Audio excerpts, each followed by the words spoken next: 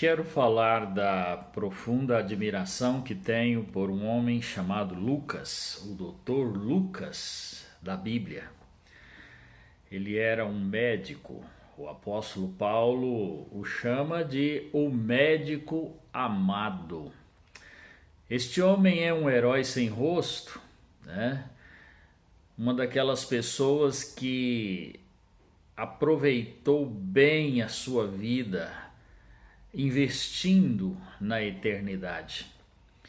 Ele escreveu 2 livros dos mais importantes que estão no Novo Testamento, que é Atos dos Apóstolos e o Evangelho segundo Lucas. O que seria da Bíblia ou da igreja se não fosse o livro de Atos, por exemplo, né? Milhares de princípios e doutrinas que nós praticamos hoje não seriam conhecidos se não fossem catalogados, registrados por Lucas. E é interessante como que quando ele escreveu esses 2 livros tão grandes, tem 28 capítulos cada um, o foco dele era um amigo. Ele pensava na edificação de uma pessoa. E a excelência dele está para começar nisso aí. Quando ele valorizou um homem chamado Teófilo. Olha o que está escrito aqui em Lucas, no comecinho do seu evangelho. Capítulo 1, ele diz o seguinte: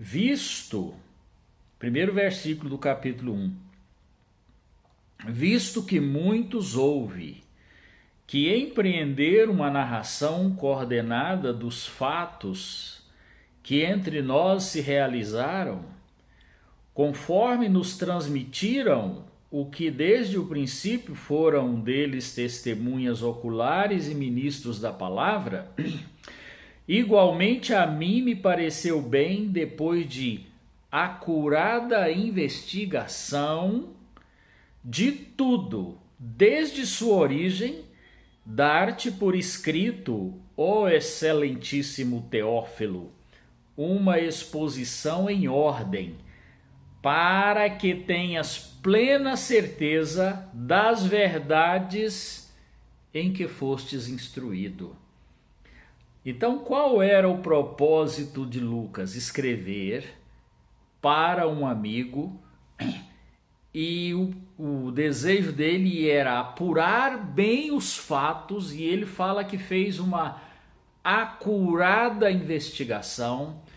Ele analisou, pesquisou, ele era médico, ele era um homem instruído na ciência, e ele então escreveu com consistência, com provas, com investigações, a história de Jesus. E mandou para o seu amigo. E agora imagina, naquele tempo, irmãos, em que se escrevia com a pena, tinha que pôr a pena na tinta, escrevia 1, 2 letras, 3 ou uma palavra no máximo, tinha que pôr a pena na tinta de novo e voltar e escrever 2 livros tão grandes para uma pessoa. Ele pensava, né, que estava escrevendo para uma pessoa. A motivação dele era para edificar uma pessoa, para dar crescimento a uma pessoa, e ele fez tudo isso, irmãos. Inclusive em Atos dos Apóstolos foi a mesma coisa. No comecinho do livro de Atos, nós encontramos o motivo da sua preocupação. Escrevi o primeiro livro, ó Teófilo, relatando todas as coisas que Jesus começou a fazer e não só a ensinar.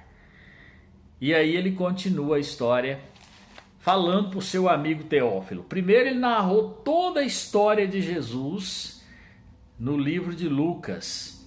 né, no Evangelho. Depois ele manda de novo outro livro escrito à mão para o seu amigo Teófilo, no intuito de edificar, a fim de que ele tivesse convicções da sua fé. E se não fosse os escritores Irineu e Clemente e Eusébio, nós nem saberíamos que foi Lucas que escreveu, porque ele não pôs o nome dele nas obras. Então aqui há uma excelência, irmãos. Primeiro, o valor que ele dava numa vida e o trabalhão que ele teve para narrar isto. Em segundo lugar, a excelência dele, né, estava em examinar, em pesquisar quanto tempo ele demorou, irmãos, colhendo provas. Isso mostra para nós a importância do que Jesus falou: examinai as Escrituras. Nós não precisamos ter uma fé cega. A Bíblia é consistente em provas e nós podemos encontrar razões fortes para crer, não é? Provas incontestáveis, até mesmo da arqueologia. Então é muito nobre da parte de uma pessoa ser um exímio estudante, pesquisador, examinador dos oráculos sagrados. Outra coisa nobre deste homem, irmãos, é que ele não escreveu para ser visto, ele não queria reconhecimentos, ele nem imaginava que aquilo que ele escreveu era sagrado e ele então poderia ser tão usado por Deus pelos milênios seguintes como é até hoje, porque entrou no rol das Escrituras Sagradas aquilo que ele pensava estar escrevendo apenas para um amigo. O que nós temos feito, irmãos, sem pensar em recompensa? O que nós temos feito, irmãos, apenas para glorificar a Deus e não ter reconhecimento? Ele não foi protagonista, ele foi apenas um coadjuvante, irmãos.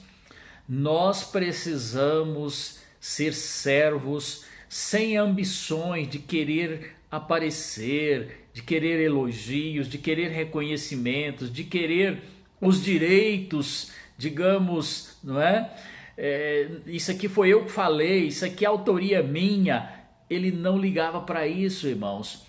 E ele então terá uma grande recompensa de Deus. Mas tem uma outra coisa tremenda sobre este homem, irmãos. Ele se tornou um grande amigo do apóstolo Paulo. Ao estar escrevendo Atos, até o capítulo 16, versículo 10, ele narrava assim: eles foram, eles ouviram, eles foram perseguidos, eles, na segunda, terceira pessoa. Mas a partir do verso 11 do capítulo 16, ele entra na história. Ali ele narra nós. E a partir daquele momento, irmãos, até o último versículo de Atos, ele estava lá. Isso significa que ele foi com Paulo para Roma, passou por aquele naufrágio, andou com Paulo nas suas viagens missionárias, sofreu o que Paulo sofreu muitas vezes. E o Paulo mesmo diz, escrevendo, né, para 2 Timóteo 4, 9 a 11, que Paulo estava com ele e que Paulo não o abandonou na prisão. Ou melhor, que Lucas estava com ele e que Lucas não o abandonou na prisão. Então este homem, ele era um grande amigo do apóstolo Paulo, ele foi um grande cuidador do apóstolo Paulo, foi uma provisão de Deus, um médico que estava com Paulo, certamente cuidava das suas feridas, dos seus açoites, dos seus apedrejamentos, né? Porque era provisão de Deus, não só para registrar aquilo que está nas Escrituras Sagradas em Atos e Lucas, mas também para cuidar do grande servo de Deus chamado Paulo. Então, o Senhor, meu Deus, te abençoe, para que eu e você possamos ter a mentalidade de Lucas, ter um ideal de fazer o nosso melhor em prol da causa do reino.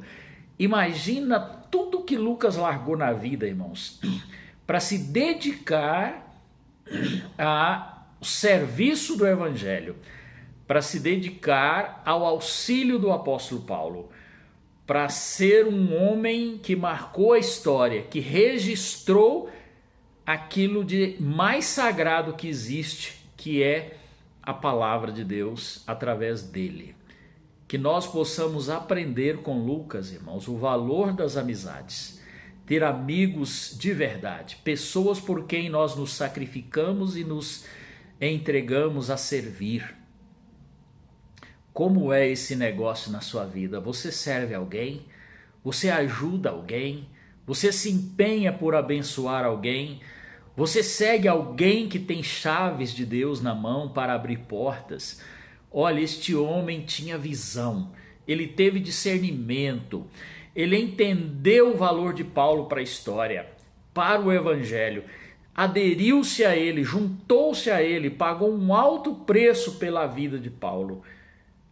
E graças a Deus nós temos o fruto deste trabalho hoje em nossas mãos.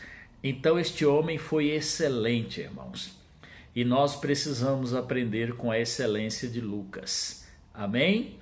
Que o Deus de Israel te abençoe. Se você é edificado, compartilhe e assine o canal Israel Gouveia no YouTube. O Deus de Israel te abençoe e fique em paz.